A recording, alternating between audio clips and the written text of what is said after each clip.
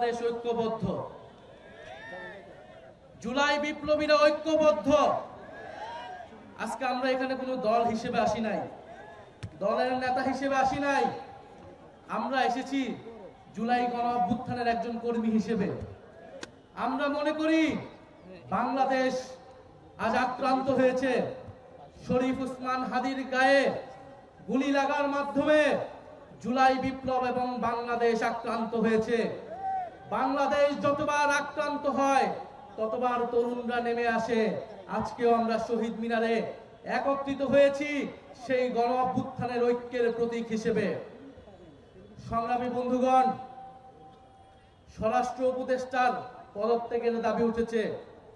আমরা মনে করি নৈতিকভাবে উনি আর এই দায়িত্বে থাকতে পারেন না। 5ই আগস্টের পরবর্তীতে আমরা দেখেছি বাংলাদেশের আইন শৃঙ্খলা ফেরত আসে নাই। বাংলাদেশে জুলাই গণ অভ্যুত্থানের অংশগ্রহণকারীদের টার্গেট করা হয়েছে, শহীদ পরিবারদের টার্গেট করা হয়েছে, মামলা বাণিজ্য করা হয়েছে, বিচার ঠিক মতো করা হয় নাই। তারপরেও আইন উপদেষ্টা, স্বরাষ্ট্র উপদেষ্টা তাদের পদে বহাল ভাবে থেকেছেন। আমরা বারবার আপনাদেরকে সাবধান করেছি, কিন্তু আজকে আমার ভাইকে গুলি খেয়ে জীবনের ঝুঁকি নিয়ে আজকে তাকে বাংলাদেশ ছাড়তে হচ্ছে।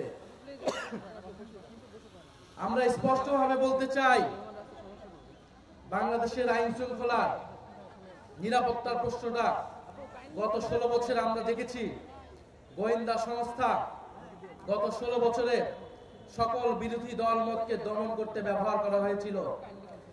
এত অভিজ্ঞ আমাদের গোয়েন্দা সংস্থা, তারা গুম খুন সবকিছু দক্ষতার সাথে করতে পেরেছিল, কিন্তু 5ই আগস্টের পরে তাদের দক্ষতা কোথায় যেন চলে গিয়েছে। তারা এখন আর কাউকে গ্রেফতার করতে পারে না। তারা খুনিকে বাংলাদেশের বর্ডার থেকে পার হতে দিতে পারে। তারা 72 ঘন্টা পার হলেও কোন খুনিকে গ্রেফতার করতে সক্ষম হয় না। ফলে শুধু স্বরাষ্ট্র উপদেষ্টা নয়, কোথা থেকে এই ধরনের খেলা চলছে সেই ডিপ স্টেট নিয়ে আপনাদেরকে কথা বলতে হবে, সেই গোয়েন্দা সংস্থা নিয়ে আপনাদেরকে কথা বলতে হবে। প্রিয় বন্ধুগণ, আগামীকাল বিজয় দিবস 16ই ডিসেম্বর। এই বিজয়ের প্রাক্কালে বাংলাদেশের 54 বছরের ইতিহাস আমাদেরকে পর্যালোচনা করতে হয়। 1971 সালের 16ই ডিসেম্বর থেকেই যেমন আমরা বিজয় পেয়েছি, তেমন আমাদের প্রতিরোধের যাত্রাও শুরু হয়েছিল। সেই প্রতিরোধ ছিল ভারতীয় আগ্রাসনের বিরুদ্ধে প্রতিরোধ। 1971 সালের 16ই ডিসেম্বর থেকে সেই প্রতিরোধ শুরু হয়েছিল। আজকে পর্যন্ত সেই প্রতিরোধ যাত্রা আমাদেরকে অব্যাহত রাখতে হচ্ছে। ফলে বাংলাদেশের মানুষকে আমাদের আহ্বান থাকবে, আগামীকাল আমরা উৎসব করতে রাস্তায় নামবো না। আগামীকাল আমরা প্রতিরোধের যাত্রা বাংলাদেশের রাস্তায় রাস্তায় পালন করব। এই ঢাকা শহরে আমরা প্রতিরোধের র্যালি করব। আমরা ভারতীয় আধিপত্যবাদের বিরুদ্ধে, বাংলাদেশ বিরোধী সকল ষড়যন্ত্রের বিরুদ্ধে আগামীকাল বিজয় দিবসে আমরা 16ই ডিসেম্বর ঐক্যবদ্ধ হব। প্রিয় সংগ্রামী বন্ধুগণ, ভারত যদি মনে করে বাংলাদেশকে 5ই আগস্টের পরেও আগের মতোই তারা রাজনৈতিকভাবে হস্তক্ষেপ করবে, নির্বাচনে কারসাজি করবে, ভারতের সেই ভাবনা ভুল। ভারতের সেই ভাবনা ভুল প্রমাণ করব আপনারা আমরা সকলে মিলে। ভারতের স্বাধীনতা, সার্বভৌমত্ব, অখণ্ডতা বাংলাদেশের উপর নির্ভরশীল। ফলে ভারতকেও সাবধান থাকতে হবে।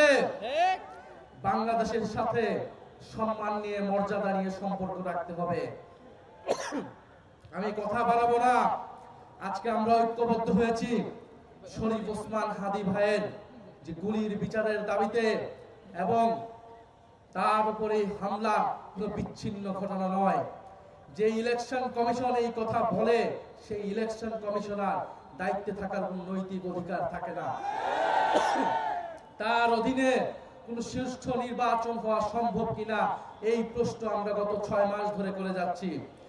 আমরা আশা করব অবিলম্বে তিনি তার এই বক্তব্য প্রত্যাহার করবেন। আমরা বাংলাদেশে একটি সুষ্ঠু নির্বাচনের পরিবেশ চাই, কিন্তু এই অথর্ব নির্বাচন কমিশনের অধীনে নির্বাচন হওয়া সম্ভব বলে আমাদের কাছে মনে হচ্ছে না।